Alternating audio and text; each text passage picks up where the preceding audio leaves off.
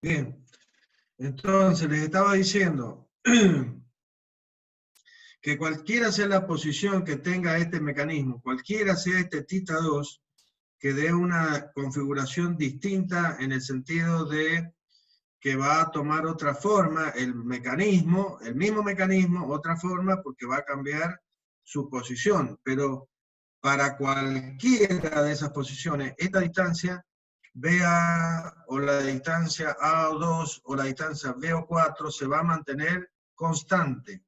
Por lo tanto, y como vamos a ver en el próximo, ahora en el ejemplo, el mecanismo de manivela biela corredera va a ser un mecanismo de las mismas condiciones.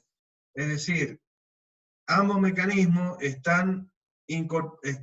forman parte de lo que es el caso 1. Es decir, donde si tomo este punto se puede mover como se mueve este, más como este se mueve respecto de este. Y no hay otra posibilidad. Por eso les estaba diciendo recién que la velocidad o la aceleración de este punto relativo a este es, en el caso de velocidad, una velocidad que es tangente a la trayectoria. No hay una velocidad en la dirección entre los dos puntos, sino una velocidad que define la rotación de todo este eslabón rotando respecto del punto A, que es una velocidad que es tangente a la trayectoria. Y con aceleración, por supuesto, van a aparecer dos componentes, que una es la normal, que sí hay una dirección normal hacia el centro, de rotación, y una aceleración tangencial que es normal al eslabón también. ¿Estamos de acuerdo? Entonces, por eso, la ecuación,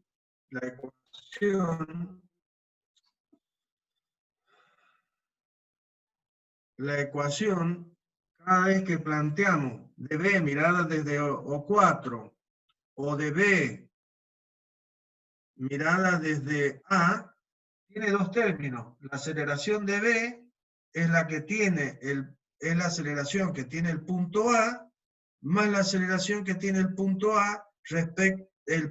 respecto del punto A.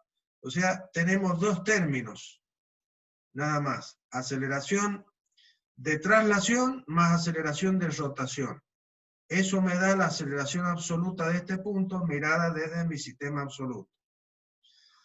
Bien, eso es caso 1. Cuando analicemos este caso, ya lo vamos a dejar por un momento. Uy, no. Vamos a ver que los dos puntos a través de los cuales se analiza el movimiento de este sistema, que son el punto P y el punto 2, ¿sí? Que, digamos, definen la posición de este eslabón corredera respecto de mi sistema relativo y absoluto, porque el punto 2 es un punto del bastidor. Van a ver que, como ya lo vamos a analizar, aquí hay la posibilidad de que exista un movimiento más. ¿Por qué? Y porque este punto P, como lo vamos a analizar dentro de un ratito, si Dios quiere, este puntito se va a mover, como podría moverse el punto 2, más como este punto se mueve rotando respecto del sistema auxiliar, por estar este cuerpo contenido dentro de este cuerpo, pero además, como este cuerpo no es parte de este cuerpo y se puede desplazar, existe otro movimiento. O sea que habrían tres movimientos. Y eso hace que este sistema auxiliar, X1 y 1, que hemos puesto acá, va a tener una propiedad más que utilizamos en el caso anterior. Este sistema auxiliar, esto lo han visto en mecánica racional, este sistema auxiliar al que referimos el movimiento de B mirado desde A, es un sistema auxiliar que en todo momento se mantiene paralelo a sí mismo. O sea, cuando este punto sigue la trayectoria circular alrededor del punto A, este sistema auxiliar siempre se mantiene paralelo a sí mismo. No cambia su orientación angular. ¿Por qué? Y porque si rotase, o ustedes que están puestos en el punto A, no verían que este eslabón rota, el eslabón BA rota. Entonces, la única manera de ver que el eslabón BA está rotando, mirado desde mi sistema auxiliar, es que este sistema auxiliar permanentemente esté paralelo a sí mismo y que sea el eslabón en su movimiento el que rota respecto del sistema auxiliar.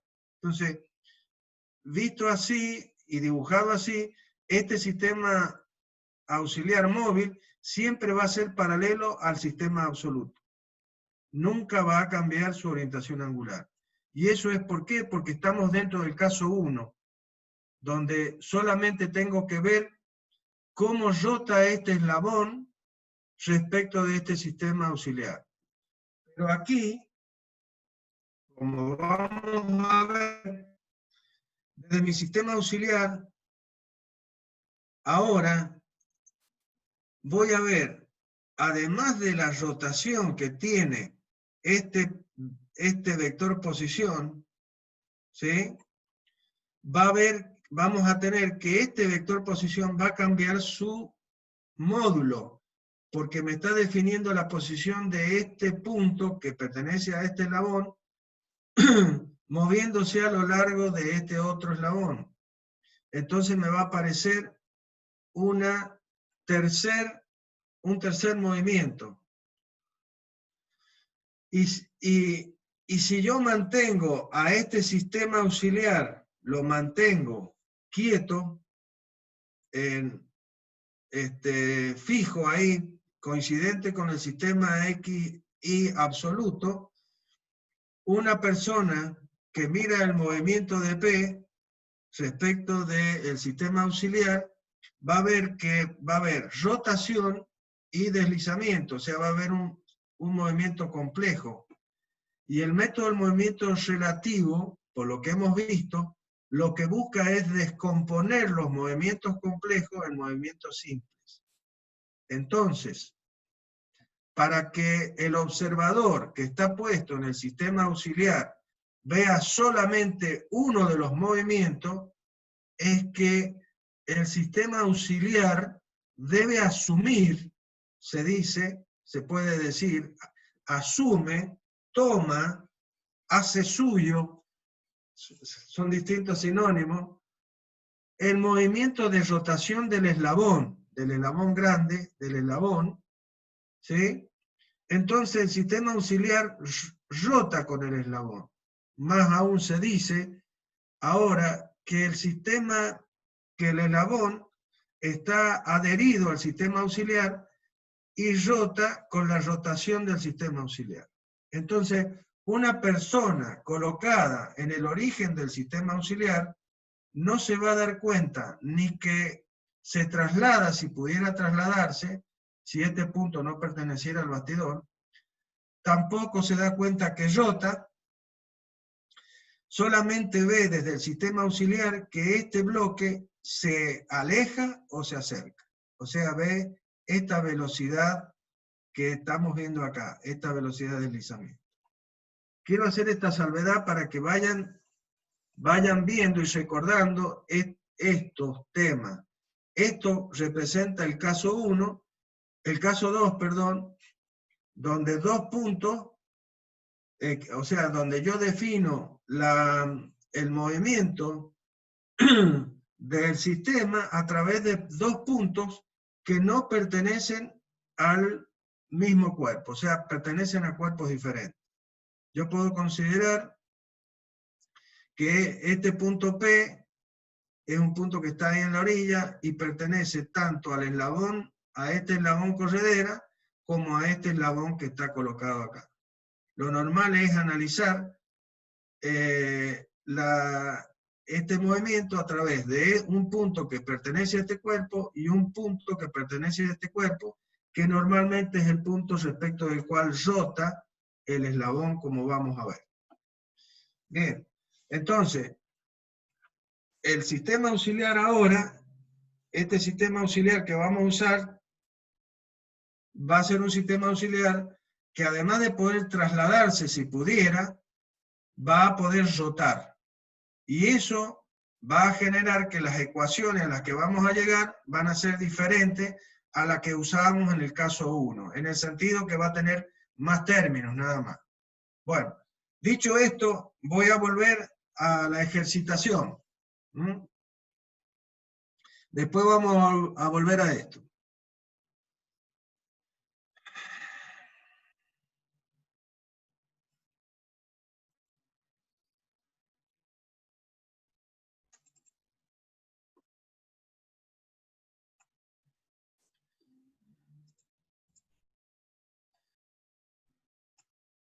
Bueno, esto es el problema resuelto en forma analítica. Ya lo vamos a explicar. Voy a seguir explicando de tal manera que sea en forma de trazado gráfico, resolución gráfica.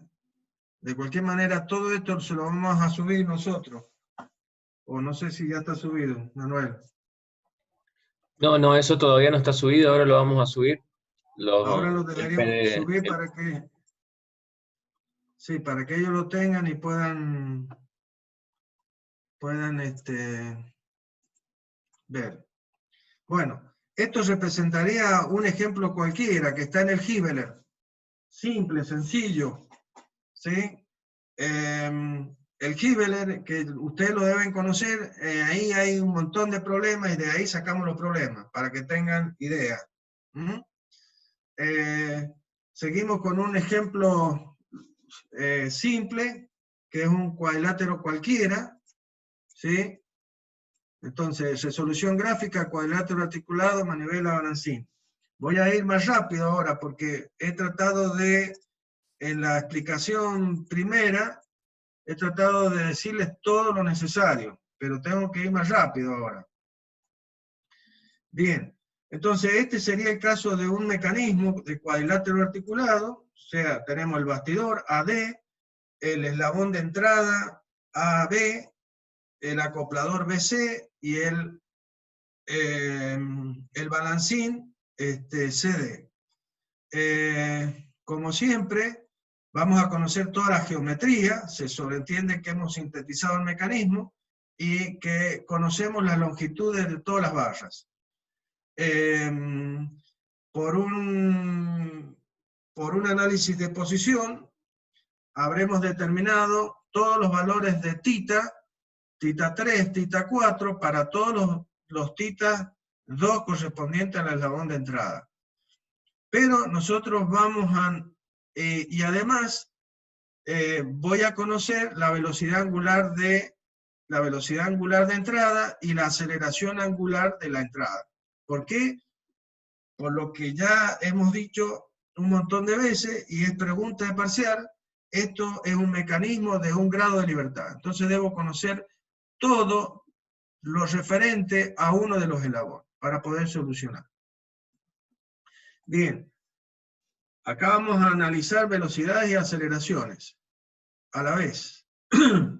Entonces, velocidad y después aceleraciones. Bien, entonces, conozco las longitudes de los eslabones y conozco los valores de la velocidad angular de entrada y la aceleración angular de entrada. Traten de ver y analizar bien cómo está resuelto para que lo hagan de esta manera, o sea, describirlo en función de los extremos de los vectores, de B respecto de A, de C respecto de B, de C respecto de D, como está definido acá, porque eso da la idea de que ustedes están, es una manera de que uno ve a través de lo que ustedes están haciendo, dónde han puesto el sistema auxiliar y si están haciendo las cosas bien. Entonces, básicamente, el problema dice en el instante indicado, el brazo AB, o sea que yo he sacado una foto, una instantánea, y quiero calcular todos los valores para el valor de entrada de 60 grados. Esa es la idea. Entonces, el valor de omega es 0,5, el valor de la aceleración angular es 0,8, determine velocidad y aceleraciones angulares de la barra CD, o sea, de la barra de salida CD. Bien, ustedes léanlo, como está tratado de indicar todo. Yo voy a ir más rápido. Básicamente, ¿qué vamos a hacer? Y lo que hemos hecho desde un principio, vamos a colocar un sistema absoluto. Mentalmente yo sé que adherido a mi bastidor, que está representado por AD, va a estar mi sistema absoluto, XY. Bien, pero necesito el sistema relativo que me va a ir permitiendo plantear las ecuaciones correspondientes. Entonces, ¿por dónde voy a comenzar el problema? A solucionarlo. Y por el eslabón del cual conozco las cosas. ¿Cuál es el eslabón? El eslabón de entrada, BA. Entonces, vamos a poner el sistema auxiliar coincidente en este caso con el sistema absoluto en el punto A, que es el punto de articulación, la junta o pivote fijo, y vamos a plantear la ecuación que me va a definir la velocidad de la junta B mirada desde la junta A. Entonces la velocidad de este punto va a ser la velocidad del punto origen del sistema auxiliar, X1 y 1. Acá están puestos los versores I1 y J1, porque anteriormente se ha resuelto esto mismo en forma analítica. Vamos a tratar de verlos en lo posible. Nada más, pero el I1 y el J1 para el trazado gráfico no me interesa, porque lo único que yo escribo en el planteo solamente son las ecuaciones vectoriales con los vectores, sin tener en cuenta los versores. En la forma analítica sí voy a considerar los versores. Bien, entonces la velocidad de este punto va a ser la que tiene este punto más la que tiene este respecto de este. Esto es esta ecuación. Entonces, la velocidad de este punto es la que tiene el punto A trasladándose, si pudiera, pero como es un punto del bastidor, su velocidad será 0. Lógico. Más la velocidad de rotación que tiene el punto B rotando respecto del punto A, que es esta, que es la relativa. ¿Por qué es relativa? Y por todo lo dicho, es la velocidad que un observador colocado en el sistema auxiliar, en el origen del sistema auxiliar, ve cómo el punto B rota solamente respecto del punto A. Y esta es la velocidad que tendría el punto origen del sistema auxiliar si pudiera moverse respecto del absoluto. En este caso no puede hacerlo. Bien. ¿Cuánto vale esta velocidad? Esta velocidad de rotación. Y sabemos que es el producto vectorial de omega por el radio. ¿Sí? Producto vectorial escrito como vector. Y en forma escalar va a ser el producto escalar de omega por el radio, que va a ser 0,5 por 0,9. O sea, acá tenemos que AB vale 0,9 metros, y la velocidad y la aceleración angular era 0,5. ¿Ah? Por lo tanto, 0,5 radianes. Vayan mirando los valores, los 0,5 radianes sobre segundo, ¿m? por tantos metros. Por tantos metros. Por lo tanto, me tendrá que dar en metros sobre segundo. ¿Ah? La velocidad. Bien. Para expresarlo al vector, a este vector omega, siempre lo vamos a tener que usar en radianes por segundo para poder hacer esta multiplicación. Si a esto lo tengo en grados, y bueno, porque yo podría haber dado este dato, ese dato de velocidad angular de la barra lo podría haber dado en vez de radianes por segundo en grados por segundo. Si es así, ¿qué tienen que hacer? Y tienen que convertir esto a radianes por segundo. No pueden mezclar. Acuérdense de eso, por favor. Entonces, siempre cuando multiplico o cuando voy a resolver esto, esta aceleración angular tiene que estar en radianes. Bien. Les vuelvo a repetir, ustedes lean todo esto, sabemos que el producto tiene un resultado. Bueno,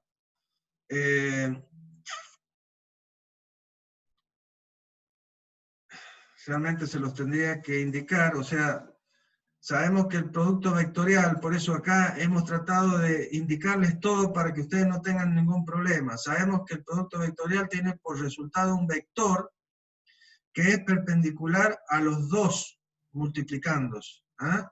O sea que este vector velocidad es perpendicular a estos dos vectores, por lo tanto, o sea, estos tres vectores son perpendiculares entre sí. Si este vector, que es la velocidad angular, va a ser un vector que va a ser perpendicular a este plano, porque es un vector que está en la dirección de ¿quién? De un eje que pasa por el punto A y es perpendicular a este plano. O sea, sería nuestro eje Z. Omega o alfa van a estar siempre en la dirección perpendicular al plano. Por lo tanto, este vector velocidad y este vector posición siempre tienen que ser perpendiculares ¿dónde? En el plano. Por eso siempre decimos que la velocidad es perpendicular al radio. Lo voy a decir una vez más, nada más esto. Es decir, la velocidad de B, esta velocidad de B, va a ser un vector que es tangente a la trayectoria que sigue B, rotando respecto de A, y por lo tanto tiene que ser perpendicular al radio que va desde A hasta B, el radio VA, que sería este radio que está acá. De B mirado desde A. Un vector que va desde A hasta B. Entonces, la velocidad tangencial es perpendicular siempre al radio correspondiente. Por lo tanto, será un vector que es perpendicular a este radio. No lo repito más. Eso. Bien. Entonces, ese valor de velocidad va a ser 0,45 metros por segundo. De esta forma conocemos entonces la dirección y el módulo de ese vector velocidad. Bien, ahora conocido el punto A, conocido este punto A, este punto B, nos vamos al punto C, lo que hicimos anteriormente. Entonces, traemos nuestro sistema auxiliar que habíamos puesto en A, lo vamos a poner en B, para mirar a C desde B y plantear la ecuación correspondiente. Vuelvo a repetir, este C, este sistema auxiliar X1 y 1, a medida que esto se va moviendo, todo el mecanismo se va moviendo, este sistema X1 siempre va a moverse en forma paralela a sí mismo. O sea, va a estar siempre paralelo al sistema absoluto. ¿Por qué? Porque esta distancia siempre va a ser la misma. Básicamente por eso, estamos dentro del caso 1. Entonces, la velocidad de C, ahora, el punto C va a ser la que tiene B, trasladándose curvilíneamente, más la velocidad de rotación relativa que tiene el punto C respecto del punto B. Luego, esto será la velocidad de B más la velocidad de C respecto de B, que va a tener la forma, por ser una rotación, que va a ser el producto vectorial del omega correspondiente de la barra CB, vectorial el radio de C respecto de B. Un vector que va desde el punto B hasta el punto C. Bien, ¿qué conozco en esta ecuación vectorial? Y conozco la velocidad de B completa, porque la acabo de calcular en módulo, y también conozco su dirección. ¿Qué conozco de este vector? Y conozco la dirección, porque sé que es perpendicular a este vector. ¿Está bien? Pero no conozco el módulo, porque no conozco la velocidad angular omega CB. Y de este otro vector, la velocidad absoluta de C, o sea, la velocidad que tiene el punto C mirado desde mi sistema absoluto, no conozco nada. Esta es la velocidad de C mirada desde el punto B. De esa sí conozco algo, que es la dirección. ¿Por qué? Porque eso me está representando cómo rota este punto alrededor de B. Entonces, de eso sí conozco por lo menos la dirección, porque sé que es un vector que va a ser perpendicular al radio, como hemos dicho. ¿Está bien? Pero de la velocidad de este punto C, mirado desde mi sistema absoluto, no puedo darme cuenta de nada, ni sé su módulo, ni sé su dirección. Por lo tanto, el planteo de C mirado desde B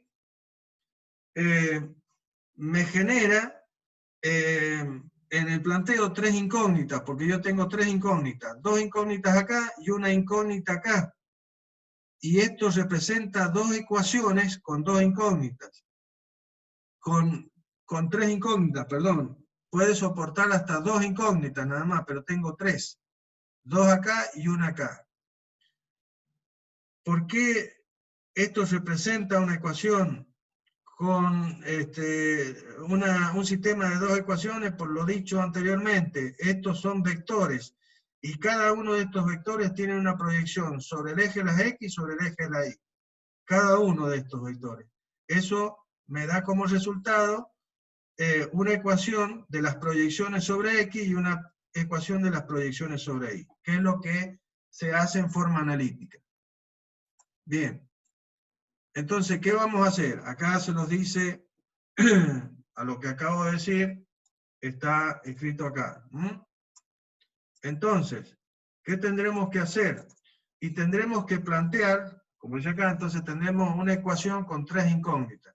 Eso nos obliga ahora a plantear una nueva ecuación para igualar el número de ecuaciones al número de incógnitas. ¿Qué ecuación voy a plantear? Y una donde yo mire al punto C desde otro punto. ¿Qué punto va a ser? Y un punto cualquiera, no. Un punto, no tengo muchos puntos para elegir, pero sí tengo que tener claro que tiene que ser un punto del cual conozca algo, porque si no, no me va a servir. Entonces, resulta que C también es la junta entre el eslabón 3, que es el que estaba analizando, y el eslabón 4, que es el balancín. Y por ser un balancín, está asociado al bastidor. Por lo tanto, el eslabón 4 o CD es un eslabón que rota respecto del bastidor, que es el punto D. Y este punto es un punto que tiene velocidad cero. Por lo tanto, yo podría plantear la ecuación que traigo mi sistema auxiliar, lo coloco en D, para plantear la ecuación, que la velocidad de C absoluta, la mirada desde mi sistema absoluto, tiene que ser igual a la velocidad del punto D, de traslación del punto D, más la velocidad relativa de rotación del punto C respecto de D. Bien, eso es lo que hemos planteado a continuación. Acá. Entonces, la velocidad de C es la velocidad que tiene el punto D más la velocidad del punto que tiene C respecto de D. Esta vale 0, y esta, por ser una velocidad de rotación, tendrá la forma omega por el radio. Producto vectorial de omega por el radio.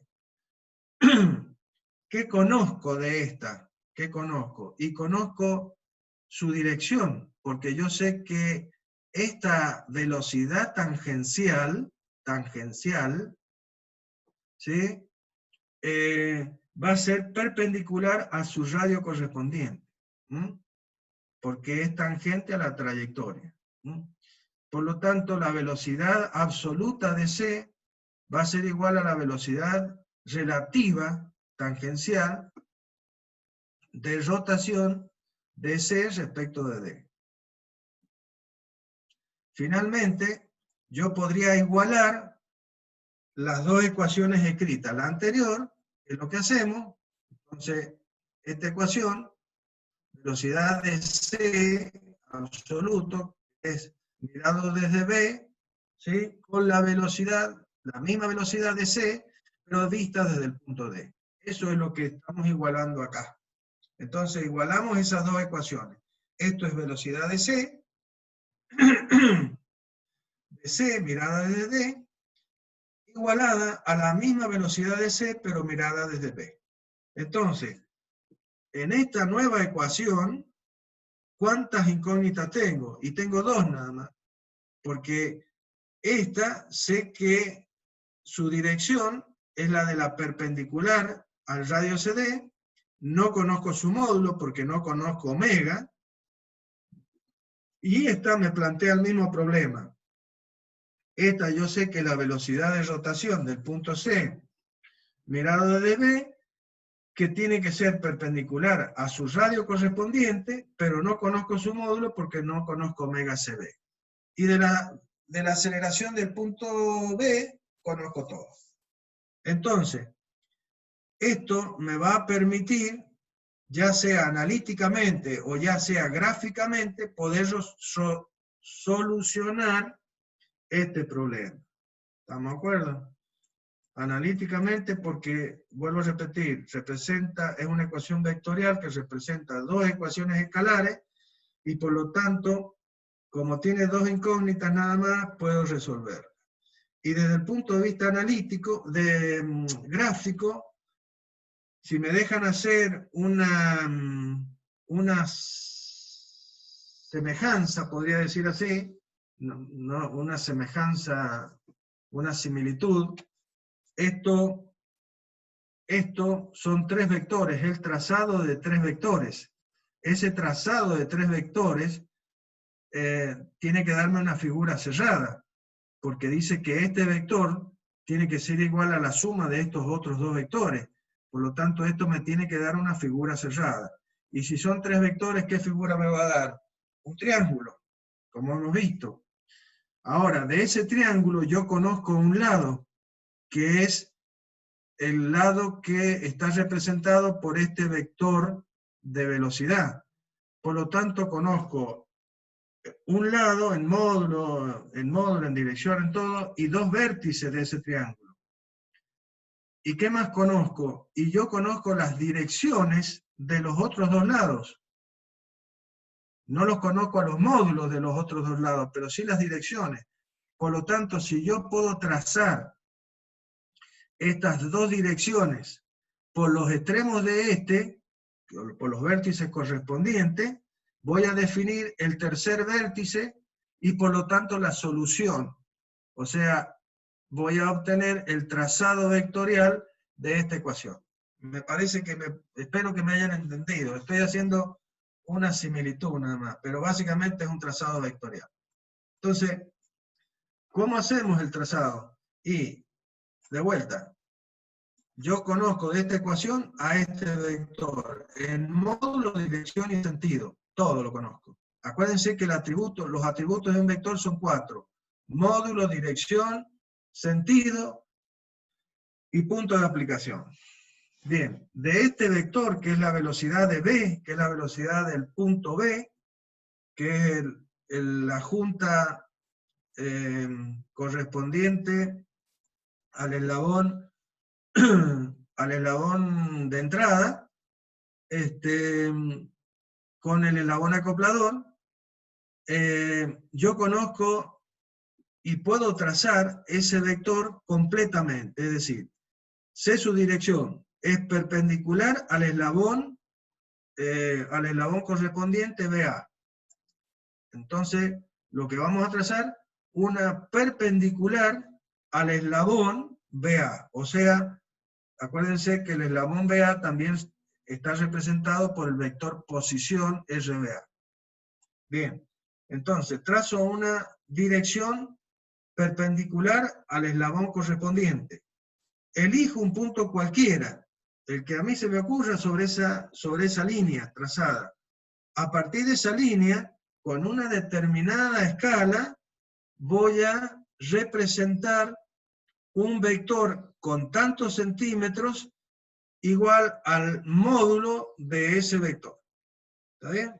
Entonces, en este caso, se ha elegido una escala en la cual 0,1 metros por segundo está representado por 1 centímetro. Entonces, como habíamos visto que esto vale 0,45 metros por segundo, el vector que representa a estos 0,45 metros por segundo no puede ser otro que 4,5 centímetros. Es tan simple como eso. ¿Estamos de acuerdo? Bien. ¿Y qué vamos a hacer a continuación? Y vamos a completar este trazado trazando las otras dos direcciones conocidas, pero teniendo en cuenta algo muy importante, y que es el carácter de cada uno de estos vectores. Este vector es absoluto, ¿sí? Porque es la velocidad del punto B mirada desde un punto que pertenece al bastidor, que es donde está colocado mi sistema global, o fijo o absoluto. Entonces, esa velocidad es absoluta. Esta velocidad es la velocidad de un punto, de un punto C, rotando respecto de un punto B, el cual es un punto que se mueve, B se mueve, por lo tanto, esta es una velocidad relativa. Por lo tanto, no está directamente asociada a mi sistema absoluto. Y esta es una velocidad que sí es absoluta. ¿Por qué? Porque el punto D es un punto